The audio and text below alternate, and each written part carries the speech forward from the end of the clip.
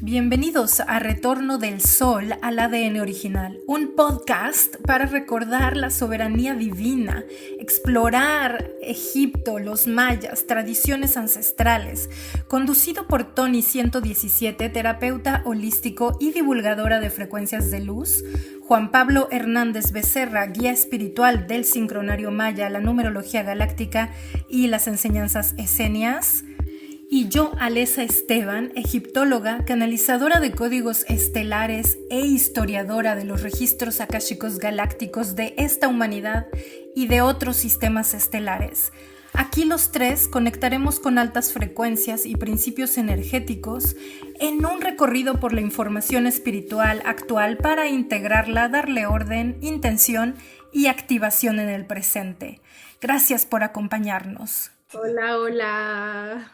Hola a todos, ¿cómo están? En este encuentro semanal, donde ahora nos van a ver el viernes en YouTube y los martes les vamos a dar un súper adelanto en Spotify. Si estás en el coche, pues nos puedes escuchar, pero no te olvides de vernos en YouTube y sobre todo inscríbete y danos like.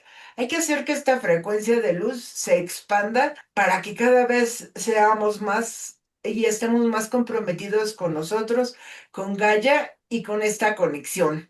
¿Cómo ves? Hoy vamos a seguir con Todd. Todd decíamos que era el escribano de los dioses, pero cuando decimos los dioses, decimos el cosmos y decimos el microcosmos, ¿no? Entonces también nos van a comentar Juanpa y Alessa, pues en nuestros registros akáshicos, en nuestras frecuencias de la firma galáctica maya, pues también tienen algo que contarnos. Y otra cosa es cómo él veía el calendario, ¿no? O sea, cómo veía la luna, cómo en la cábala también estaba incluido. Así que, pues sin más, no los dejo aquí con la duda. ¿Qué pasó, Alessa? ¿Qué nos cuentas? Hola a todos. Muy feliz de estar aquí con ustedes. Muchas gracias. ¿Qué les cuento? Bueno, ¿por dónde empezar? Es que los dioses egipcios son una de mis pasiones y Tod es un ser muy especial, evidentemente.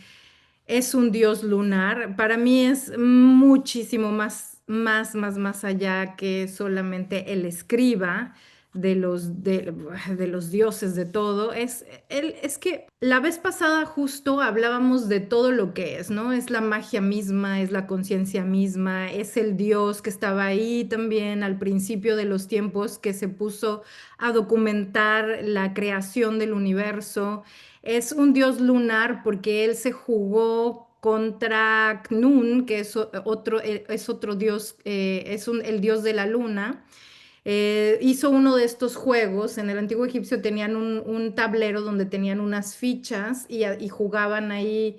Era como las damas chinas o algo así, con fichitas, y hacían una partida y él le ganó al dios lunar y le dijo, ok, como premio o porque estoy ganando, necesito que me des los 5 días, que son los 5 días, se pagó menos los 5 días del no tiempo, en donde él iba a rescatar a todos los dioses que estaban todos ya gestados dentro de la matriz del universo, pero no el tiempo, el dios del tiempo no permitía que nacieran. Entonces él lo que hace con la luna es negociar, con el dios de la luna, es negociar que le den estos 5 días para que cada uno de estos días nazca uno de los siguientes dioses. Y ahí es donde nace Isis, Osiris, Neftis, Anubis, Horus. Pero es curioso porque el que nace ahí y Set, y nace Set también, pero Horus es el Horus el grande, no el hijo de Isis y Osiris. Es decir, que por ahí la mitología nos habla también de un halcón que estuvo antes que el que fue semidios primer faraón en la tierra. Entonces es muy interesante, ¿no?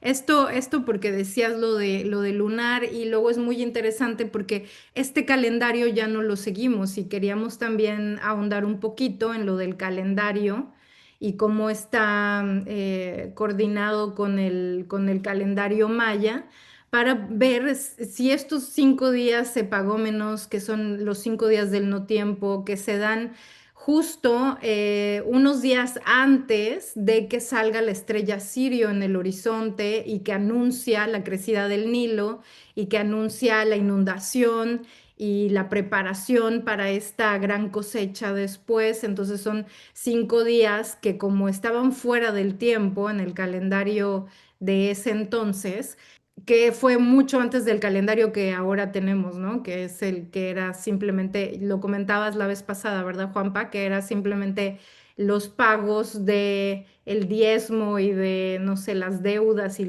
el tax, ¿no? Y todo esto que se daba en la época de los romanos, pero realmente ahorita quienes siguen este calendario son precisamente las religiones. Bueno, es que la cábala no es una religión en sí, es simplemente un conocimiento oculto de una religión, pero no es en realidad la religión, sino es cómo lo interpretas. Y el calendario cabalista sí es un calendario lunar, y por eso ahí podemos como conectar al dios Thoth con la época de Virgo y con los aviares, que también por ahí me decías, Tony, que querías que habláramos más de los aviares azules.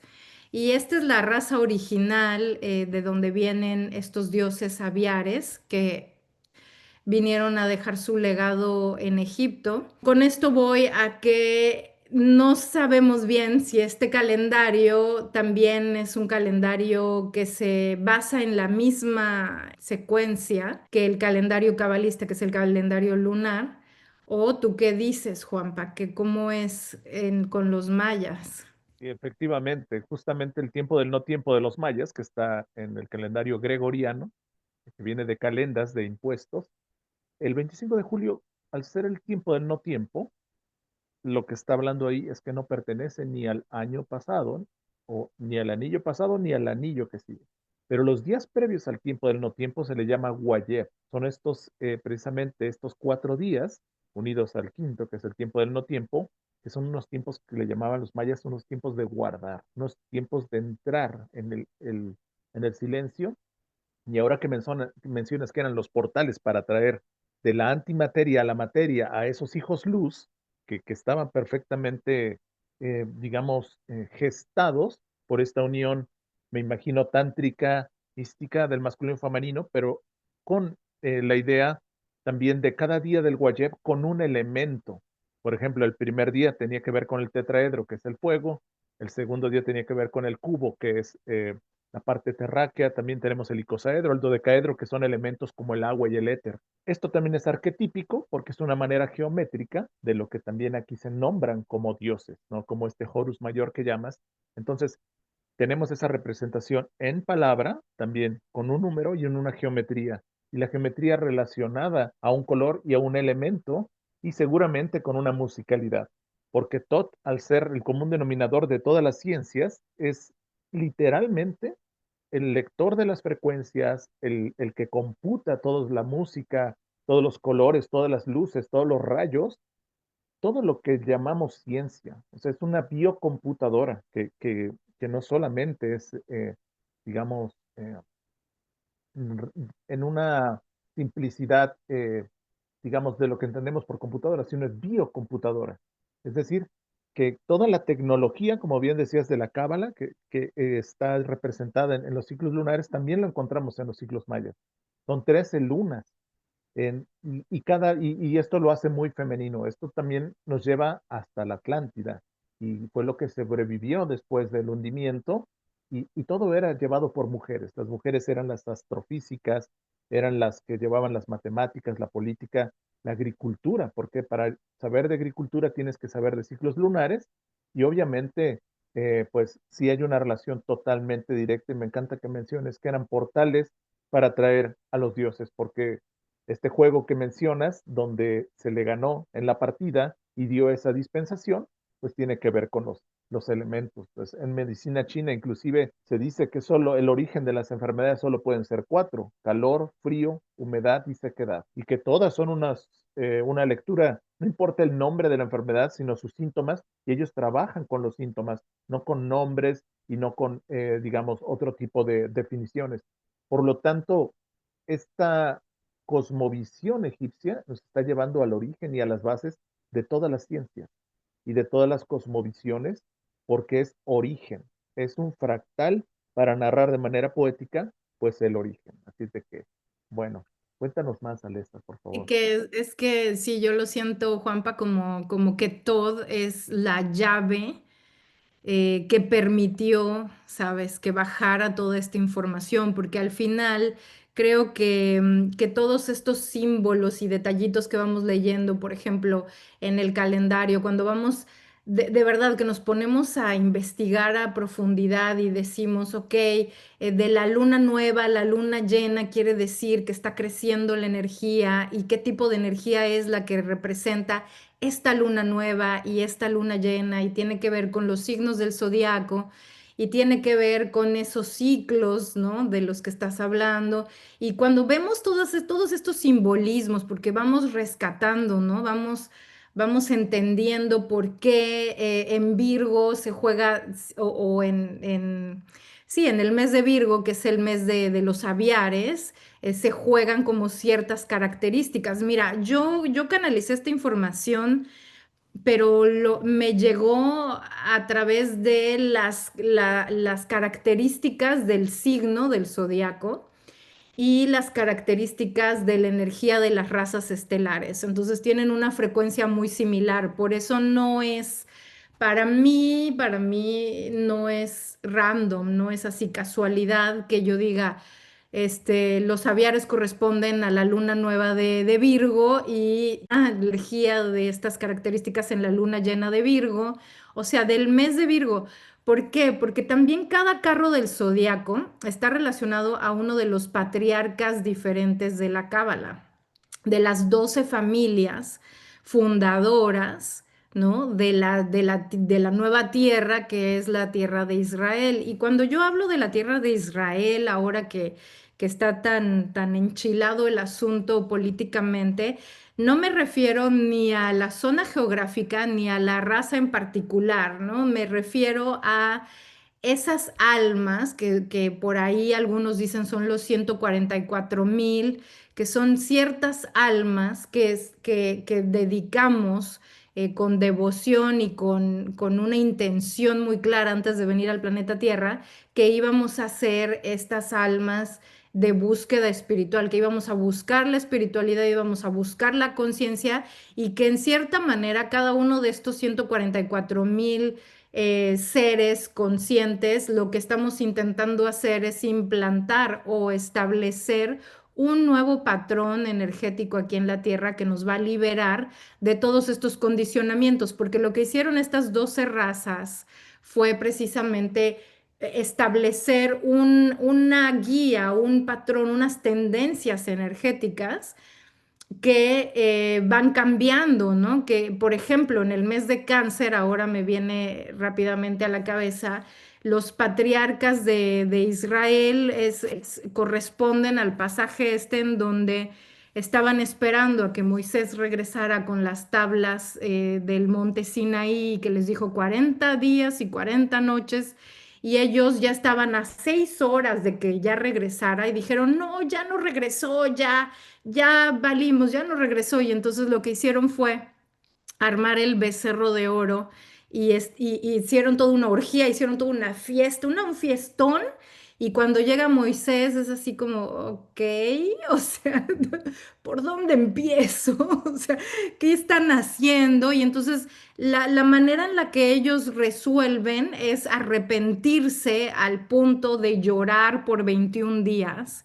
Y entonces están llorando y están lamentándose por 21 días. Y esto, como el rol que ellos cumplían, cada uno de estos seres cumplía un rol muy importante, lo que hacen es establecen esa energía en ese periodo de tiempo. Por eso el mes de cáncer, pues es donde se gestan a veces las enfermedades y tenemos la tendencia de sacar mucho esta tristeza y no sé, me siento triste y ay, no sé por qué.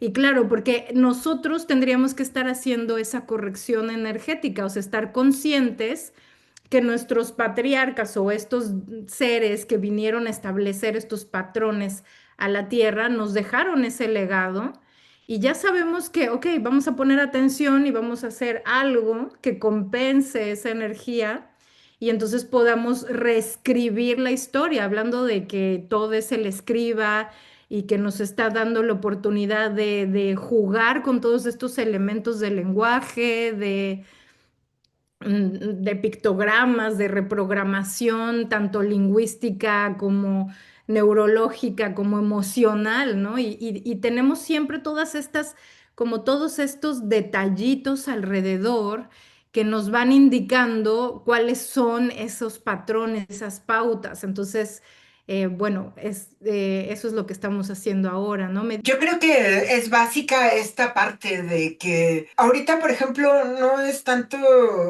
como decía Juan Pablo, de que vas a ir como a un lugar y te van a sanar, ¿no? O sea, en realidad, o sea, si tú tienes un padecimiento es porque tu cuerpo está hablando lo que tu mente calla. Y si lo ponemos en perspectiva, yo creo que en esta época de cambios, como que el universo nos está hablando, ¿no? O sea, las estrellas, los astros, o sea, están en lugares que no habían estado en muchísimos años. Y el autoconocimiento personal creo que es la clave, ¿no? Hace rato hablábamos de, pues de que a veces, como para difundir las frecuencias de luz, no es tan fácil porque por la tecnología, o sea, las personas no nos esperan picar algo y que te toque el botón interno que te dice borrado, delete.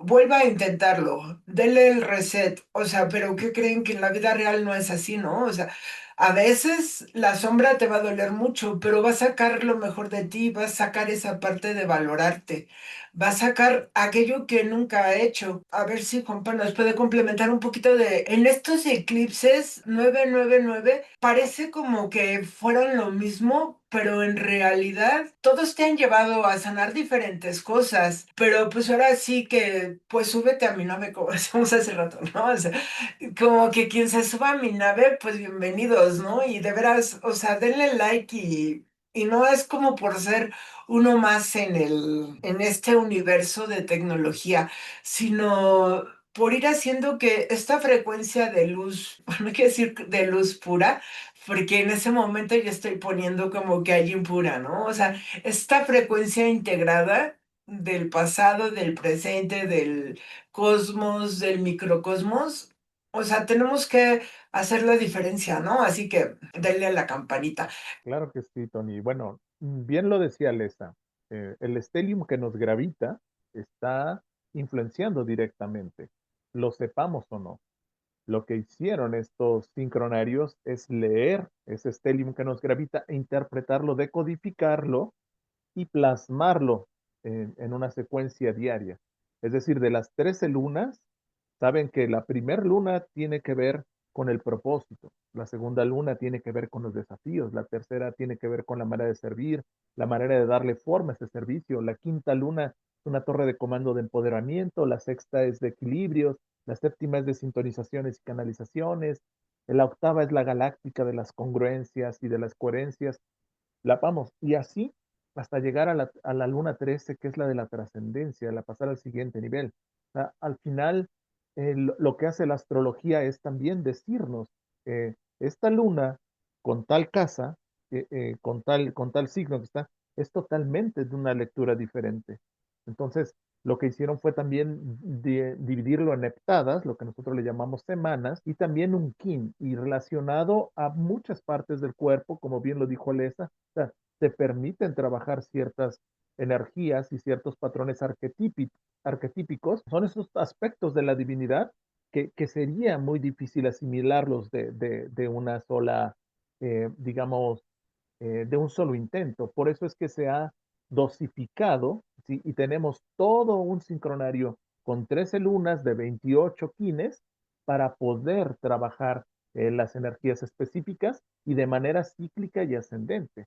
Entonces, no es simplemente un calendario que se repite como el de los impuestos, ¿no? Que solamente tiene los deadlines para pagar las tarjetas y etcétera, etcétera, etcétera. No, esto realmente es, como dijimos al principio del podcast, sincronizaciones desde el sol central de la galaxia hacia nuestro sistema y todos esos códigos que están permeando a la pensamentósfera, a la noósfera de la Tierra y nos están informando de algo. La interpretación de la lectura del sincronario de las 13 lunas es para saber exactamente, igual que lo hace la astrología, qué nos está gravitando hoy. Es lo que hace la numerología. Hablabas de portales 9, 8, 7, 11, todos tienen un mensaje, pero hay que verlos dentro de un contexto mayor, a qué luna está encajando y también la astrología no la puedes dejar de lado. Por eso la Kabbalah es una tecnología más que una religión. ¿Sí? Es la parte, eh, recordemos que en la época de Jesús había tres tipos de judaísmo. Habían los esenios, que era como la parte cabalística esotérica. Había los saduceos, que era como la parte pues adinerada que estaba a favor del mejor postor, y estaban los fariseos, que era como la parte ortodoxa, cuadrada, religiosa, totalmente con una máscara de hipocresía, que solamente era como un pose, por así decirlo. Entonces, a la Kabbalah que nos estamos refiriendo es la más esotérica, la que ni siquiera los rabinos enseñan, porque era la que se mostraba como una tecnología. Entonces, hablar de astrología, hablar del sincronario, hablar de estos arquetipos, son tecnologías para aplicar en nuestra vida. Esto es a todos los niveles, emocional, de salud, social, político, astronómico, porque las mejores decisiones se toman sabiendo cuáles son los potenciales, digamos, que nos están gravitando en estos días por lo que llamamos meses o lunas o días en específico o quines. Y bueno, esto la Kabbalah lo sabe desde siempre. Y en estas tecnologías antidiluvianas post-atlánticas también se conocían, porque recordemos, todo esto viene de las estrellas, todo esto viene de sociedades altamente evolucionadas y lo que tratamos de compartir aquí es de decirles, si hay una manera de sincronizarnos con las estrellas, hay una manera de no sacar una ventaja competitiva, sino de fluir con esos símbolos arquetípicos y con todas estas potencialidades que están a nuestro favor y sabemos subirnos en esa ola y surfearla para que no nos ande revolcando, como dijo Alessa, emocionalmente, y no sé ni por qué me siento así, pero sí hay una manera de saber por qué me siento así y si es una sombra, abrazarla y aprovechar ese momento para salir avante y no padecerlo. Me encanta ir haciendo el paralelismo entre todas estas culturas y todo, bueno, entre todo este conocimiento, ¿no? Que está clasificado modernamente en distintas cosas, porque en el antiguo Egipto no estaba separado, ¿no? No estaba esta ilusión de separación tan marcada como se fue haciendo después. Que todo esto son esos principios energéticos. Yo cuando hablo con mis alumnos les digo, siempre desde el principio de los tiempos, ¿no? Cuando se creó el universo, cuando se creó la tierra, el cielo, las estrellas, las galaxias, todo siempre fue en base a principios energéticos, o sea, siempre fue acompañado del femenino y el masculino. Y ahí estaba todo describiendo y poniendo todas las medidas de cómo se iba gestando un alma y otra alma, y siempre en este equilibrio masculino-femenino, siempre viene, todo lo que viene de la creación va a venir en estos dos principios energéticos. Y claro, al principio no estaba separado, pero conforme se fue evolucionando y creando la realidad, la vida, todo, o sea, conforme fue avanzando la creación, pues se separó, ¿no? El femenino y el masculino. Y entonces a mí me gustaría hablar de el principio de regeneración de todo, porque a mí me parece uno de los principios más bonitos de la enseñanza de los aviares azules, bueno, rápidamente para saciar curiosidades. Los aviares azules fueron una de las primeras conciencias creadas en el universo. Provienen de un universo paralelo, no estaban aquí y vinieron en su elemental de aire. Así como mencionaban, los leones vienen del elemental de fuego, ellos vienen del elemental de aire y los leones vinieron con ellos también, los felinos, 44 almas felinas enormes, gigantescas de elemental de fuego vinieron del universo de Andrómeda, de la galaxia de Andrómeda, y vienen a este universo a través de un portal, el portal de Antares, y cuando llegan a este universo hablan con los Elohim, y ellos les dicen, perfecto, ¿quieres experimentar un poco más una vida física? Te vamos a otorgar un planeta o varios planetas maravillosos en la constelación de Lira. Y entonces se establecen en un planeta llamado Avión con Y y en un planeta, y ellos van construyendo estos cuerpos físicos y van haciendo como ciclos, van construyendo ciclos de encarnaciones para ir mejorando la tecnología del ADN y ellos proyectaron físicamente sus propios cuerpos y eligieron estos rasgos felinos y los otros los rasgos aviares porque correspondían a esos elementales y a esa frecuencia del elemental. Entonces construyen sus propios cuerpos primero y sus ciclos de encarnaciones para perfeccionar esa tecnología y después también van a crear el prototipo del cuerpo humano en Avalon y en Vega, los azules de Vega que tienen la piel azul, todos ellos es el grupo de los liranos. Entonces, cuando suceden las cosas que suceden en el universo, que se van creando al mismo tiempo un millón, miles de millones de billones de otras conciencias, porque Dios lo que hizo, la conciencia fundamental fue fractalizarse en billones de fractales pequeñitos que de por sí son enormes, para crear distintas perspectivas y poder tener más posibilidad de crecer.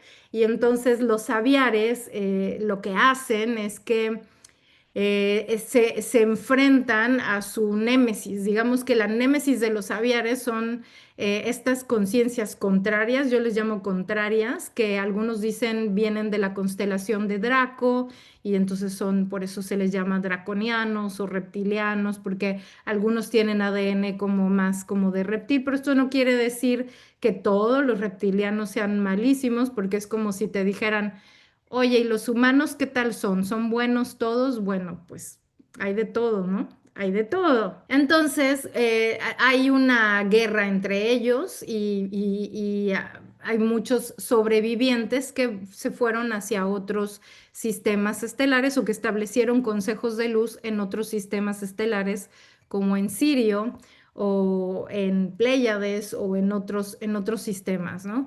Y los aviares nos dejan como este legado, porque como son de las primeras conciencias, por eso se dice, estaba junto a Dios, anotando las medidas. O sea, que nos estén dando estos detallitos en las historias, en los jeroglíficos, en las leyendas, en lo que comúnmente hoy en día llamamos mitología, pero que en ese entonces era el registro y la documentación de la historia de la creación, porque ellos lo narran así, en las pirámides dice, esta es la creación, así empezó. No te están diciendo, oye, te voy a contar una historia y es mentira, pero es nomás para que aprendas así simbólicamente. No, o sea, o sea, no sé en qué momento llegamos a que todo es mitológico, cuando que en realidad, si leemos esos textos con seriedad, estaríamos leyendo una historia de la creación, de cómo fue creado. O sea, primero fue una conciencia aviar que estaba junto con una conciencia solar, ¿no? Porque es Amun, es ¿no? Es Atum, Atón, o sea, es como que él siempre es como el sol, el elemental de fuego, y siempre están escribiendo, o sea, estaba él escribiendo cómo se va construyendo todo. Entonces aquí nos damos cuenta que la conciencia aviar es la que lleva el registro del conocimiento. O sea, no lo está haciendo él en práctica, él no lo está tornando en práctica, sino él está traduciendo todo lo que está viendo físicamente, cómo reaccionó, cómo implosionó, explotó, se separó las almas, los cuerpos, la tecnología de la ciencia, de todo, ¿no? Del cosmos. Y él va escribiendo todo esto, ¿no? Lo va documentando. Entonces, obviamente, el conocimiento que tiene él es de, ok, si yo quería resucitar a alguien, pues tengo los elementos, sé cómo se hace, ¿no? Por eso se le dice es el dios de la magia, es un gran mago, pero en realidad es porque sabe cómo funcionan todos estos elementos energéticos, todos estos principios que después se van develando poco a poco. Entonces, ahí voy, ya sé que a veces me desvío un poco, disculpen. El principio de regeneración de Todd es precisamente el conocimiento de cómo se van creando todas las cosas siempre en esta dualidad de femenino masculino y siempre con el convenio o el contrato con la divinidad. Entonces, la divinidad dicta, cualquiera que quiera tener un cuerpo físico en cualquier sistema estelar, lo va a hacer cuando se precipita el alma a la fisicalidad, se va a dividir en femenino y en masculino. Por eso va a encarnar en un cuerpo femenino y en un cuerpo masculino, pero viene en un grupo de almas, de fractales. Entonces, se habla de Todd como súper relacionado con el número 8. Siempre es el número 8 porque son 8 fractales de este mismo grupo de conciencia que se precipitan al planeta Tierra en 4 parejas, masculino, femenino, ¿no? O sea, y entonces de aquí es de donde viene, en mi percepción, fue cuando empecé a entender lo de las almas afines, los soulmates o las almas gemelas. Y decía yo, claro, si venimos con otros 7 fractales de nuestra propia alma, hay posibilidad de que esos 7 fractales puedan ser nuestros almas afines. Pero el que es realmente tu alma gemela es con el que vienes en esa misma precipitación dividido en femenino o masculino. Las demás almas pueden incluso ser, dependiendo del destino del alma, puede ser tu padre, tu madre, tus hermanos, tus amigos, o sea, gente que conozcas y no todos son únicamente una posibilidad romántica, son las almas afines, ¿no? Del mismo grupo. Y siempre, y son 8, ¿no? Entonces por eso se le llama que a Todd, o sea, está súper relacionado con este 8, con el número 8, con la Ogdoada, es la Ogdoada de Todd y es la Ogdoada de las almas.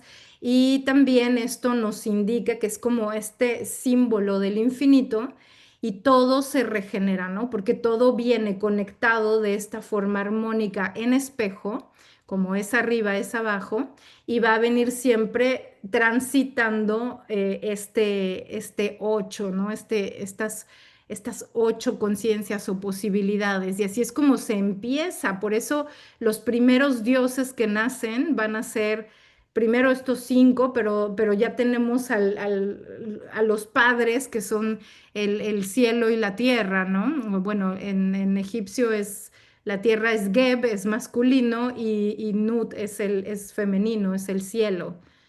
Entonces es al contrario, pero son estos otros 2 dioses, entonces viene toda esta Ogdoada y también al final, según conforme va avanzando los textos egipcios, tenemos 9 dioses principalmente, ¿no? Porque estamos contando a Tod también. Contando a Tod ya son 9 dioses. Entiendo la palabra sadik. Se dice que cuando un ave está hablando, un sabio se está comunicando. Y eso es sadik. En plural es sadikim, el consejo de los sabios. Y me queda claro que todos estos dioses o consejos de sabios, que son los paraelementores, creadores de los universos paradisiacos, Pues sí, tienen que tener esos registros akáshicos donde ahí estamos todos en esa supercomputadora crística en Sirio y ahí vuelve la palabra tecnología, genetistas cósmicos. Cuando hablamos ya de factores de regeneración, justamente el último sector de los Bactunes que empezó en 3113 a.C. y terminó el 21 de diciembre del 2012, desde la convergencia armónica del 87 hasta el 2012, es el periodo de la regeneración. Pero al doblar el tiempo, y en este teoría fractal del tiempo, ahorita estamos precisamente en esos 25 años de regeneración a partir del 2012. Me llama muchísimo la atención que lo menciones, porque justamente con toda la tecnología que ya hay ahora, no solo de células madre y de remisiones espontáneas y sanaciones, estamos ya en el potencial de la inmortalidad, porque los rituales de la inmortalidad del sarcófago que se hacían en Egipto, en los templos de Isis, de Hathor, o sea, era tecnología pura, había teletransportación. Entonces, entrar en los anales de la historia y del génesis cósmico es de toda nuestra incumbencia, porque bien lo dijiste al principio, no es mitología.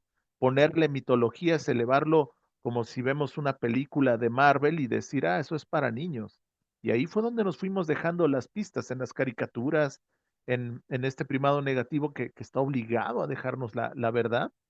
Y también a modo de ridiculización y decir es ciencia ficción, eso es cosa de niños, pero no.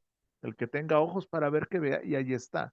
Entonces, eh, este personaje tan importante de Tot es un científico que es el común denominador de todas las mancias y de todas las ciencias de los multiversos, el que lleva el registro, la forma y la medida para que el día de hoy podamos estar hablando otra vez de esta tecnología, de tecnologías y para la remembranza de la regeneración, de la autorregeneración y de la inmortalidad. Cuando hablaste del infinito, hay un glifo en los mayas que se llama el espejo, que fue el día de ayer, bueno, el kin de ayer, y es el reflejo del orden del sinfín, el sinfín entendido como este ir y devenir, que tiene que ver con ese 8, que también es el número del mago que está arriba del arcano del mago, está arriba del arcano de la fuerza, que es un león también, y que ahora que tú lo mencionas, que es solar, me encanta porque al ya relacionar razas cósmicas con elementos, ¿sí? Podemos ya verlo en todo y en todos. Y no quiere decir que las dimensiones no estén aquí, siempre están, solamente es la capacidad de sintonizar con ellas. Por eso es que este podcast cuenta también con toda la experiencia directa de Alesa por la transmisión viva que estas frecuencias le han comunicado. Ya no pasamos solamente de la parte histórica, escrita, pedagógica, digamos, académica, sino que vamos a un refresh, algo, una información fresca, actualizada y que pretendemos sintetizarla y transmitirla de una manera eh, aplicable, ¿no? En esta curva de aprendizaje, sabemos que son muchos términos y nos podríamos perder, como a veces nos pasa, pero siempre es regresar a la misma base, a la misma rejilla de creación de la cual todos somos originarios y que es la fuente misma.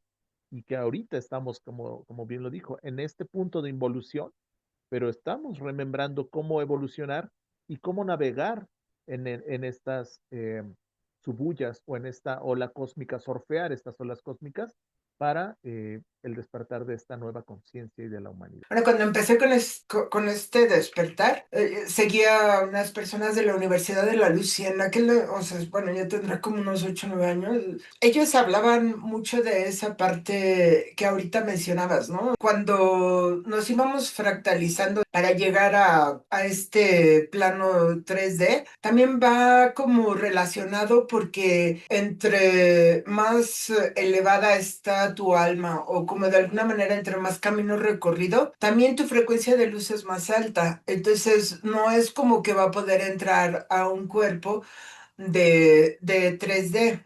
Y entonces todos esos mensajes como que se van quedando de alguna manera en diferentes espacios. Pero también es donde te dejas huellas, ¿no?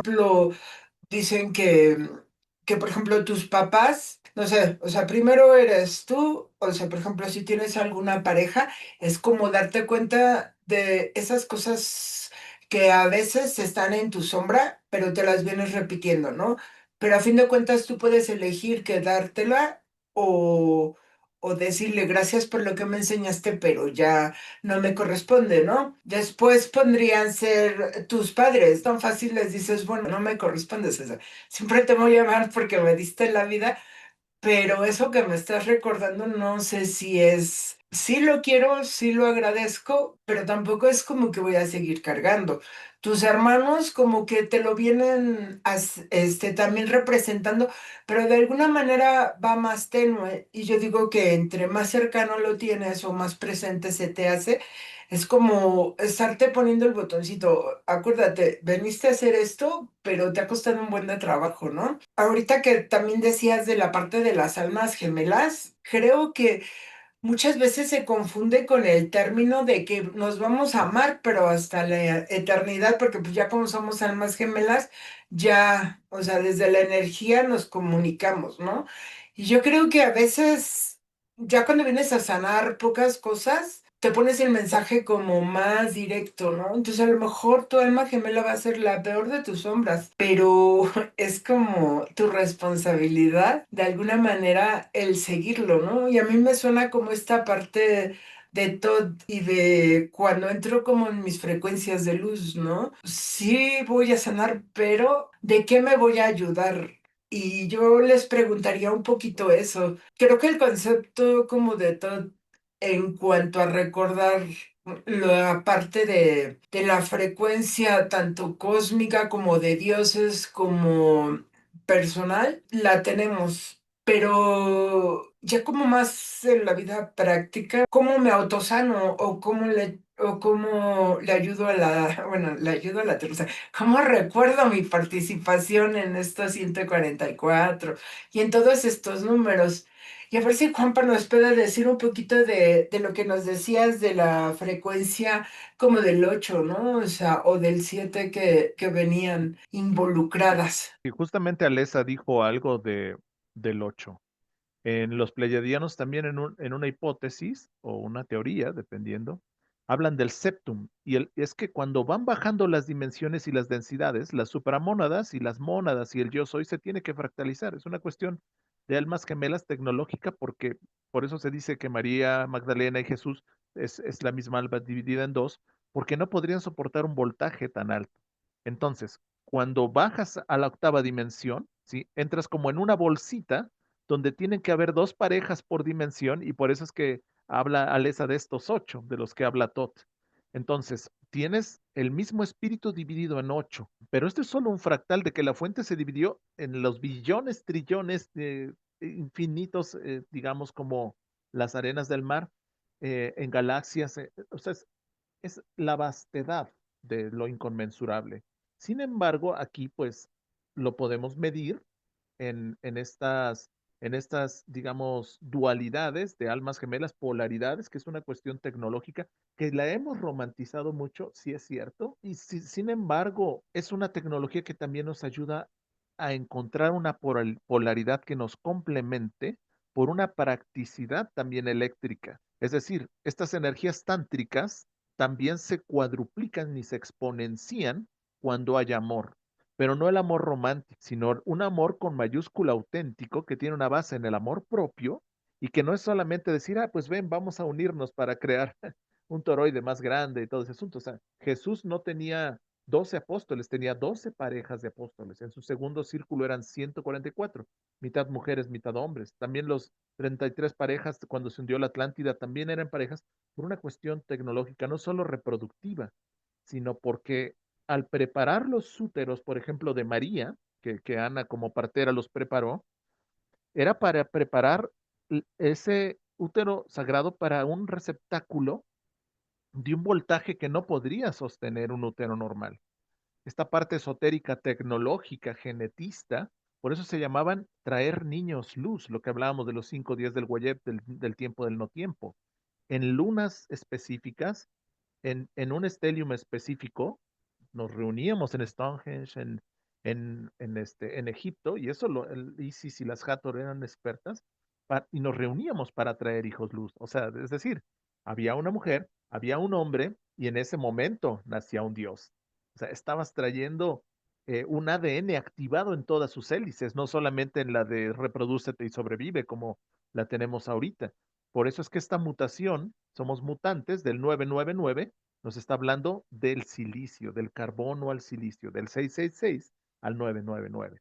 Y esto, obviamente, tan solo al mencionarlo, debería de crear una sanación intrínseca, porque las enfermedades no existen en la naturopatía, solo existen personas enfermas. Por lo tanto, los naturópatas trabajan con personas, es decir, con las máscaras, con las personalidades, no con enfermedades. Y cuando entran a un consultorio le preguntan, ¿usted quiere sanar? Y si la persona dice que sí, dice, ok, nosotros le podemos ayudar. Si dice que no, el que sigue. Porque hay una ley universal del respeto al libre albedrío y bueno, todo esto para decir que sí, estas tecnologías de regeneración, de inmortalidad, eh, están al servicio de la humanidad porque el mayor temor que se nos ha infundido y se nos ha manipulado es el temor a morir. Pero el que ya se ha muerto sabe que la muerte no existe, que solo hay vida después de la vida. Y cuando el mayor de los temores ya no está en ti y ya conoces el amor como experiencia y la paz de todas las paces que solo se siente al morir, te das cuenta que solo hay vida después de la vida. Ese es el enlazador de mundos, ese en los mayas, es igualar la vida con la muerte. Por lo tanto, si nos vamos a orígenes de enfermedades energéticos emocionales, es el temor. Y solo hay de dos sopas en este universo. O estás eligiendo el amor o estás eligiendo ideas derivadas del temor. Y bueno, ahí se nos va esta vida de decisiones más decisiones, pero pretendemos transmitir que si nosotros elegimos la luz y la gratitud por sobre todo, el amor y la gratitud por sobre todas las cosas a cada instante y lo hacemos un hábito, nuestro promedio de bateo va a elevar la frecuencia de una manera natural y así podemos saltar de línea de tiempo y poder contactar con estos seres que no vibran a menos de esa vibración. Nosotros tenemos que llegar a esa estatura. Ellos no se pueden estancar para que los alcancemos. Por eso es que llegar a una frecuenciación de canalización como lo hace Alesa, ¿sí? Ya habrá de un gradiente de confiabilidad, ¿sí? De ellos hacia ella y de nosotros hacia ella para que sea ese conducto en lo que llegamos. Este podcast tiene también ese objetivo. Por eso están todas las canalizaciones en su página, los cursos para que llevemos los dos remos y nos lleven a navegar en este océano, porque estamos en esos momentos decisivos de que lo estamos logrando como nueva humanidad, pero nadie lo va a venir a hacer por nosotros. Por eso esta curva de aprendizaje y estas entregas semanales de cada viernes, de cada martes, para escuchar o para ver, tienen ese objetivo. Por eso invitamos a que lo compartan, a que se suscriban y hagamos que las cosas buenas también sean noticia. Y no solamente la parte catastrófica de estos meses, que es cuando más se aprovecha para que nos distraigamos de todo el proceso personal. Pero bueno, le doy la palabra a Lesa para cerrar en estos últimos 5 minutos. Juanpa, siempre muy agradecida con ustedes dos, con sus bellas presentaciones de mi trabajo. Me conmueve y lo agradezco muchísimo.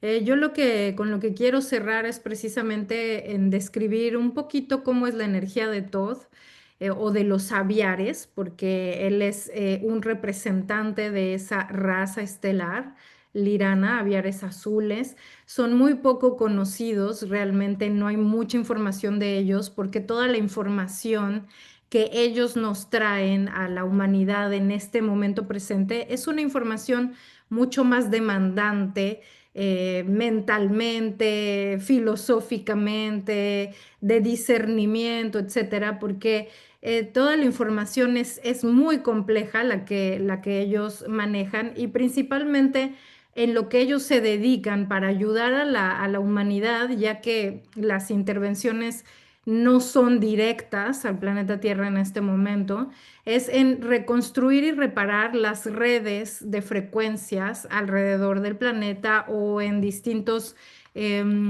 círculos, en distintos elementos, en distintos lugares del cosmos. Lo que están haciendo ellos es reparar estas redes frecuenciales. Entonces, están muy ocupados. Realmente casi no encarnan en semillas estelares aviares.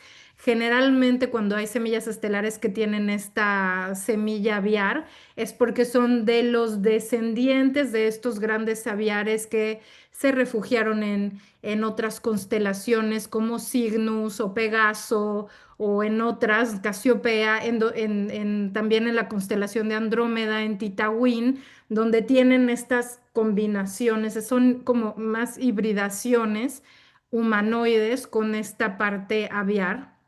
Entonces, por eso muchas semillas estelares a veces reportan ver, no sé, como verse ellos mismos con grandes alas o cosas así, o con plumas, y es porque dices, claro, pues por ahí algo de eso ha de haber, ¿no? Entonces, realmente la inteligencia aviar de estos grandes seres lo que nos están dando es todo este conocimiento esotérico oculto de las logias masónicas, de los rosacruces, que de hecho los maestros ascendidos entendieron perfectamente bien y que además siempre lo han hecho en combinación con los leones. Fíjense que a Jesús lo llamaban el león de Judea, ¿no? Y al Arí de la Cábala, al gran sabio de la Cábala que interpretó el Zohar y nos dio un montón de información esotérica nueva, era también el león, también le llamaban el león, al Arí. Entonces es como que dices, ok, los leones a veces también están transmitiendo de otra manera, pero más directa la información, y los aviares nos dejaron en su gran parte, si ustedes quieren aprender más de los aviares y de todo, pues ahí tienen toda la hermética, todos los textos herméticos, y tienen también el Kibalión, y tienen también lo canalizado de Ra, la ley del uno de Ra, también Ra es solar, pero es un halcón. Entonces es como que tienes esto, es un conocimiento aviar, solar, todo esto, ¿no? Ese es el tipo de conciencia de Ra. Cuando alguien está canalizando a Ra y te dicen, yo soy Ra, como en este libro de la ley del uno, pues es un conocimiento aviar solar. Entonces tienes ambas, ¿no? Aire y fuego todo el tiempo jugándose. Por eso están tan relacionados con los leones también, con los felinos, y por eso en los podcasts anteriores hablamos de Sekhmet y de Tod como una, pues ahí comparativa, pero en realidad la historia nos cuenta que Sekhmet, que es la diosa leona solar, siendo hija del sol de Amón, de pronto pierde los estribos porque la humanidad ha cortado el cordón de unión, de amor incondicional y de respeto a la divinidad, a su propia divinidad, o sea, cortó su divinidad, ¿no? El ducto con la divinidad personal.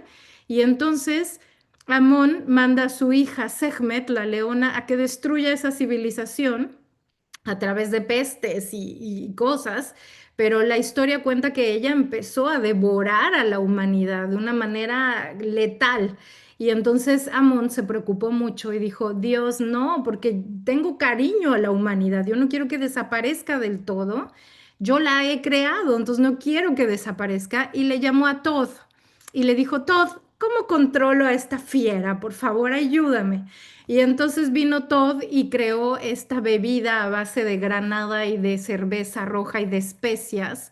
Por ahí algunos chamanes creen que tenía especias que alucinógenas o algo así, que la pusieron en el suelo, la regaron como si fuera sangre, y cuando la diosa despertó y vio toda esta sangre, la empezó a lamer, se la tomó y se emborrachó, pero más que emborracharse, llegó a un punto de conciencia en donde cambió completamente y se volvió Bastet, la gatita lunar de los ciclos lunares, ¿no? Del amor incondicional. Y es ella la que te ronronea y te lleva de regreso a ese amor incondicional. Por eso es la diosa del amor, Bastet. Entonces ahí tenemos esta conexión, ¿no? Entre Tod y los leones, aunque la consorte de Tod es Seshad, que es representada como una mujer con una estrella, con una especie de estrella de 5 picos sobre la cabeza. Y bueno, pues aquí les voy a dejar, porque si no nos podríamos seguir hablando de mitología y de historias y de realidades que hemos olvidado, pero que todo tiene el propósito de que nosotros en esta actualidad recuperemos esa divinidad, ¿no? Hagamos ese retorno a nuestra propia divinidad. Entonces, muchas gracias. No cabe duda que cada día nos dejan como más, como con muchas más dudas bueno, más dudas o recordarnos más todo lo que ha sido este caminar, o sea, y la manera que tienen ambos de ponerlo como un cuento, me encanta. Y pues nos vemos la próxima y un abrazo de luz. Gracias. Bye. Muchas gracias. Hasta la